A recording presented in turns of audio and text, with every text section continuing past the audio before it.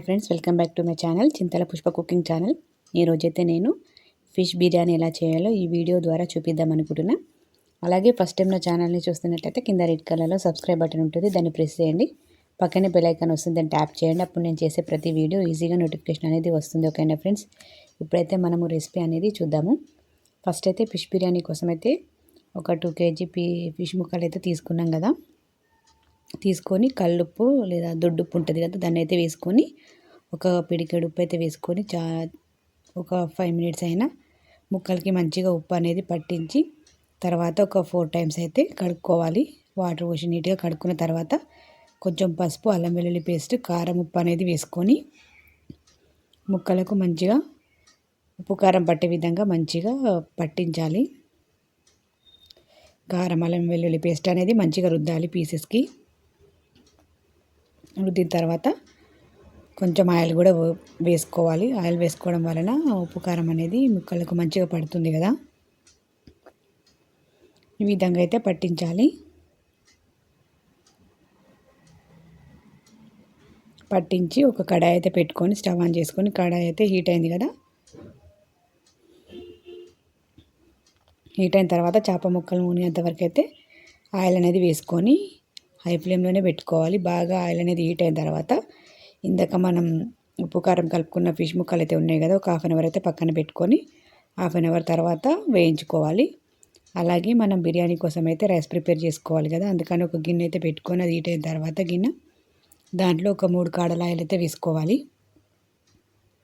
వేసుకొని ఆయిల్ అనేది హీట్ అయింది కదా, కొంచెం సాజీరా, 2 లవంగాలు అయితే వేసుకోవాలి.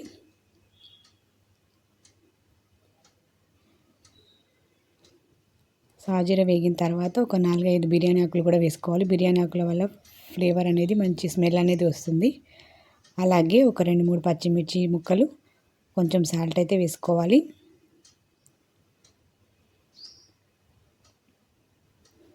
కొంచెం కొత్తిమీర, అలాగే కొంచెం పుదీనా వేసుకొని కొంచెం కస్తూరి మేతి కూడా వేసుకోవాలి. కస్తూరి మేతి అనేది మంచి టేస్ట్ వస్తుంది, అలాగే మంచి స్మెల్ కూడా వస్తుంది. ఒకసారి అయితే మంచిగా కలుపుకోవాలి.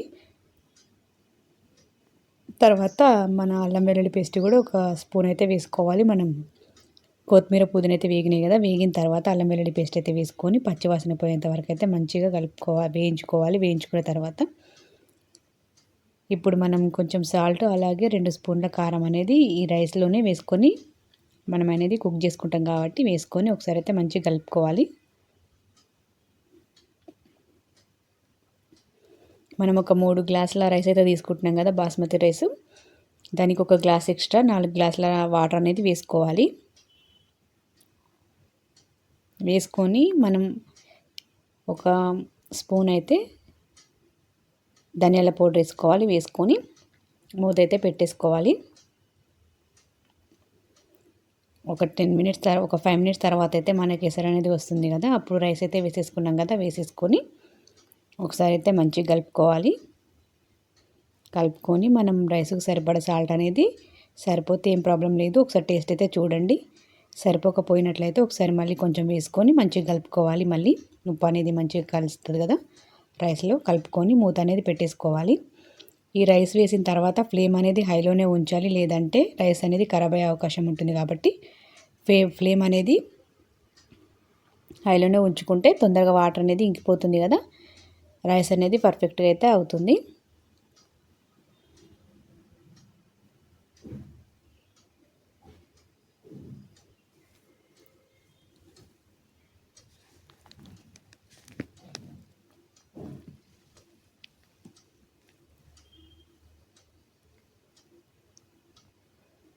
చేపలు కూడా అటైతే ఫ్రై అయితే అవుతున్నాయి కదా, ఇటైతే రైస్ అనేది కుక్ అవుతుంది. ఈ రెండైతే అయిన తర్వాత బిర్యానీ అనేది మనము ప్రిపేర్ అయితే చేసుకుందాము.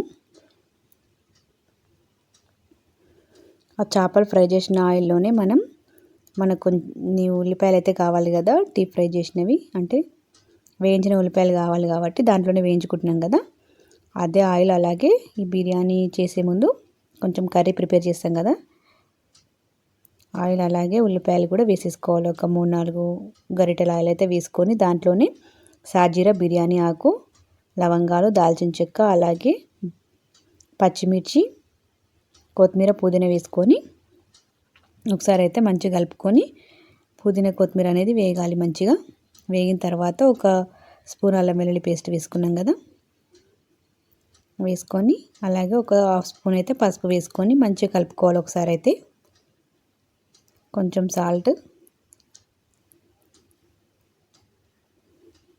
సాల్ట్ అయితే చూసుకొని వేసుకోవాలి, లేకపోతే ఇష్టమయ్యే అవకాశం అయితే ఉంటుంది కాబట్టి ఒకసారి అయితే చూసుకొని వేసుకోండి. సాల్ట్ అనేది, అల్లం వెల్లుల్లి పేస్ట్ అనేది పచ్చివాసన పోయేంత వరకు అయితే మంచిగా వేయించుకోవాలి.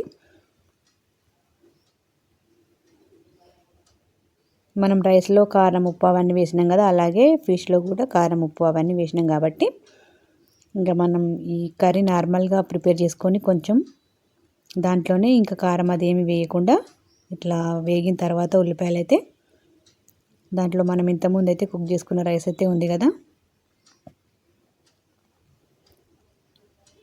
ఆ రైస్ని అయితే వేసుకోవాలి. ఒక్కొక్క లేయర్ వేసుకుంటూ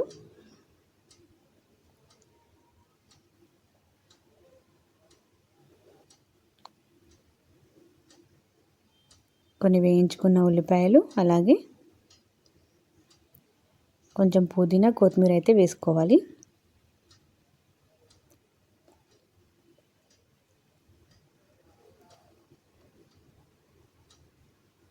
వేసుకొని మనం ఇంతకుముందు వేయించుకున్న ఫిష్ ముక్కలు అయితే ఉన్నాయి కదా, డీప్ ఫ్రై చేసినాం కదా, వాటిని అయితే వేసుకోవాలి. ఒక లేయర్ వేసుకొని మళ్ళీ దాని మీద మళ్ళీ ఇంకొక లేయర్ అయితే రైస్ అయితే వేసుకోవాలి. ఈ ఫిష్ బిర్యానీ ఎంతమందికి ఇష్టమో కామెంట్ అయితే చేయండి. అలాగే ఈ వీడియో చూసి ఎంతమంది అయితే ట్రై చేశారో, ఎలా వచ్చింది రెసిపీ అనేది కూడా కామెంట్ అయితే చేయండి. మీరేమైనా సజెషన్స్ ఇవ్వాలనుకుంటే కూడా కామెంట్ రూపంలో సజెషన్ ఇవ్వచ్చు. నాకైతే ఫిష్ బిర్యానీ చేసే వీడియోలో అయితే నాకైతే కొంచెం మా హస్బెండ్ కూడా హెల్ప్ అయితే చేసినుండే, ఫిష్ని ఫ్రై చేయడంలో అలాగే కొంచెం బిర్యానీ చేయడంలో కూడా. ఆ రోజైతే సండే రోజైతే చేసినుండే, నేను బిర్యానీ అనేది ప్రిపేర్ చేసినుండే.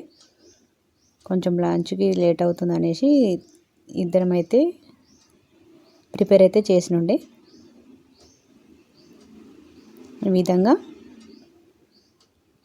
ఒక లేయర్ రైస్, అలాగే దాని మీద కొంచెం వేయించిన ఉల్లిపాయలు, పుదీనా, కొత్తిమీర, ఫిష్ ముక్కలు అయితే వేసుకుంటే